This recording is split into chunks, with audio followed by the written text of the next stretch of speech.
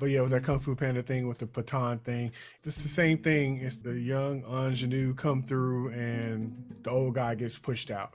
And it's being pushed out when you don't want them to necessarily go. And I The can't tell, Kathleen Kennedy syndrome.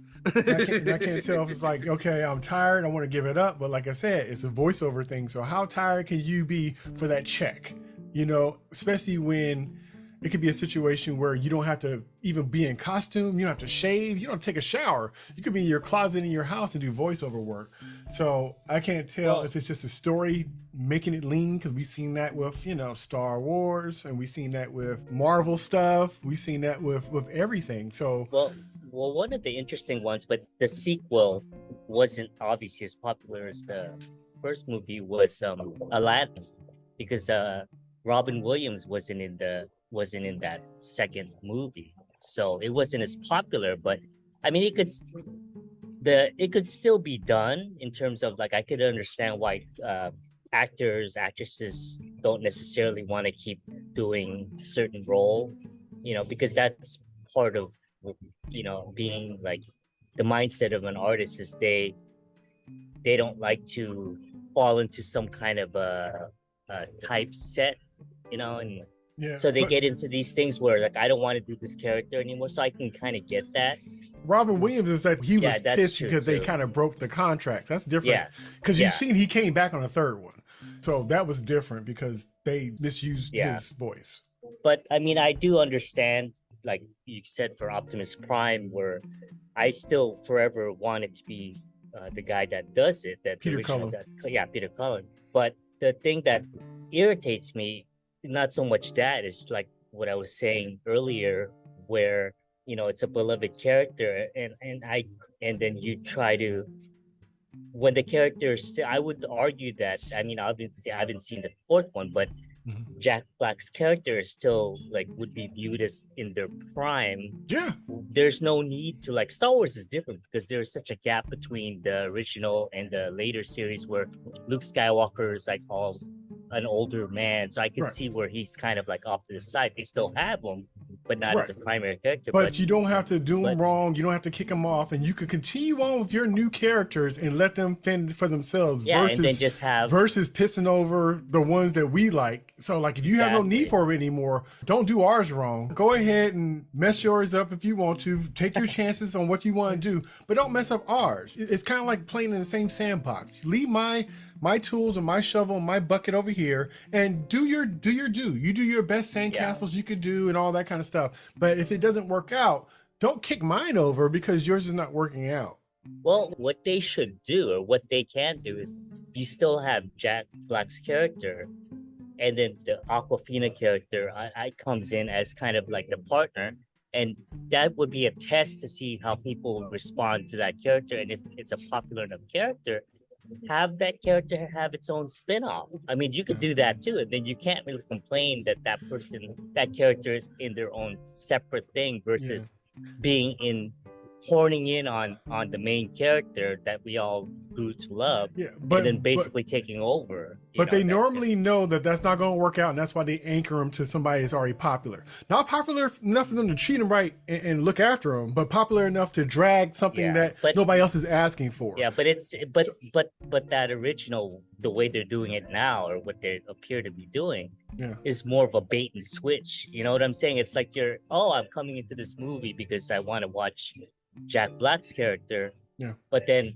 you end up not getting Jack Black's character, you end up getting Aquafina's character. So yeah, I would irritate me more. But I understand that from the economic standpoint why they do that, but yeah. it still doesn't take away that it just irritating for fans to have to go through that.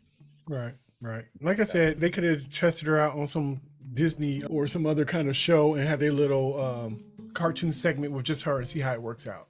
They could have yeah. did that too, and then they would have saw what it would have happened, and then they would have had no excuse. But they sometimes they don't care, and like I said, they'll just anchor it. They want what they want, and so they'll tie it. I mean, But imagine if they did that. I mean, I know it's only been one movie, right? Barbie's only been the one movie. yeah, But imagine if like they're able to do like a couple more Barbie movies, and they did that where Margot Robbie's Barbie is kind of shunted out to the side, and there's I'm curious if they would ever do that, like, because it always seems to be when they do that on IPs, it's always on the male characters. You notice it always seems to be the male characters, the popular male.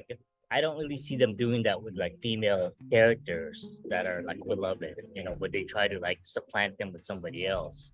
But I Yeah. mean, if there is something you think of, let me know. But it seems to be No, no, always. it's in their favor. So why? Yeah, and like I Oh, said, okay, I see what you're saying.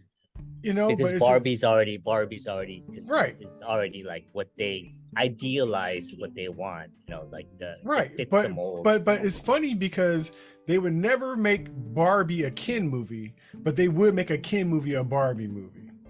They would Yes. make Star Wars a Barbie movie. They would make Marvel stuff a Barbie movie. Yes. But it would never be the other way around, where it'd be a woman-driven movie and they make it a man. The man would be inferior. The man would be incompetent. The man would either not exist. The man would be gay, but it would Yeah. never be stepping on the toes of whoever that lead person was. Ever. Yes, if it's a woman. If- Yeah, that's true. Well, Right. I was saying So- it from the point is, yeah, what if Barbie was like, what if Aquafina became like the next like central character as a Barbie? I mean, that's still a woman, but it's Well- not like a white woman. You Well, know, they can get away with that because there's different types of Barbies, dolls. Mhm. So as long as she's not the blonde Barbie, if she's whatever Barbie, you know, Barbie from Hong Kong or whatever, I don't know.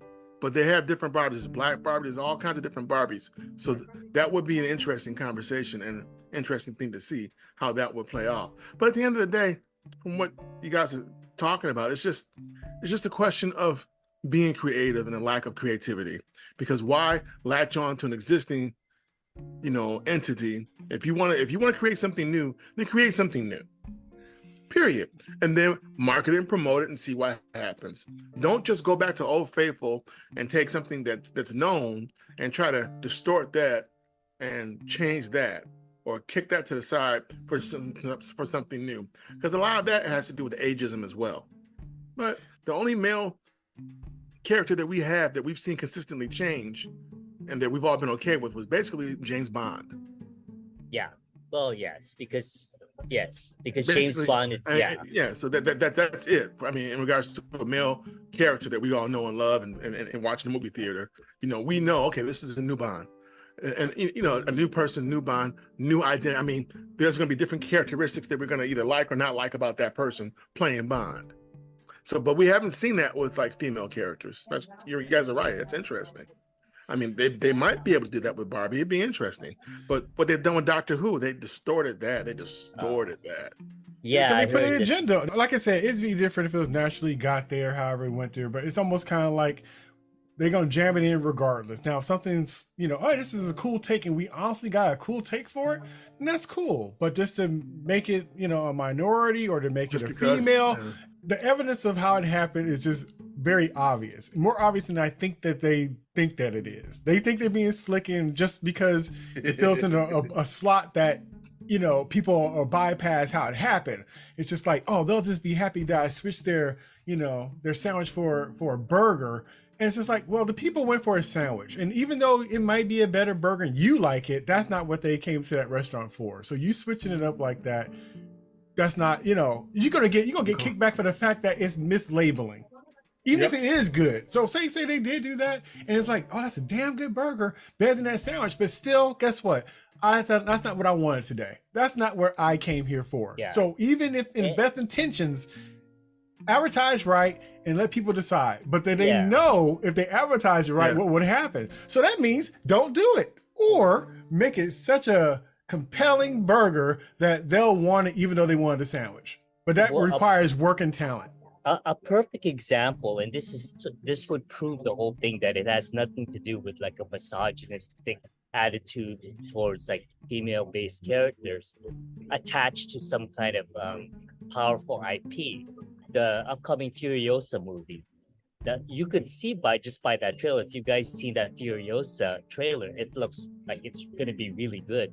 And she's the primary character, and that's the perfect example of what I was talking about, where in the first movie, she's kind of the main character, but isn't Hardy's like Tom Hardy's like the main character in that one, right? In the first movie. He's not really the main character, but he is the person we're hanging on to until Furiosa shows up. Yeah, He's like the but placeholder because he doesn't speak or anything. So he's kind of like we're on his back to get us into the situation, but then the whole realization of what's going on and the journey is all Furiosa.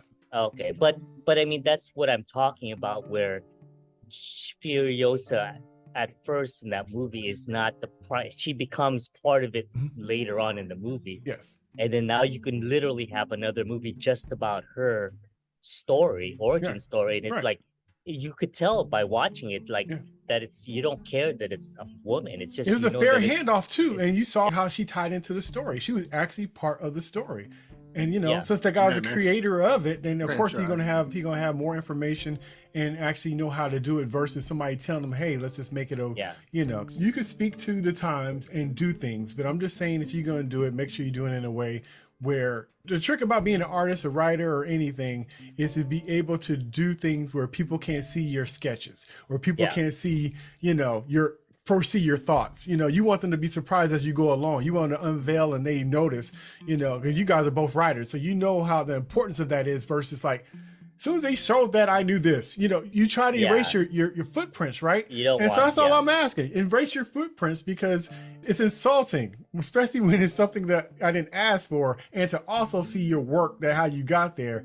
Another example of that is the animated Spider-Man movies with Gwen. Like they make her character so compelling that they probably could make a separate Gwen story and people would actually watch that because her characters become very likable and like an integral part of that Spider-Man universe with Miles Morales, where she could literally stand on her own, and I'd watch it and I wouldn't feel like Miles Morales' character is somehow being slighted because they built up her character to the point where she can literally stand on her own if they wanted her to, in terms of making her own story or movie. So that's another example. That's again going back to the Furiosa thing and what you're saying, Jason. Well, it's just a matter of you got to just make it build that structure, a foundation really good, and then everything else will fall into place after that in terms of the ancillary characters or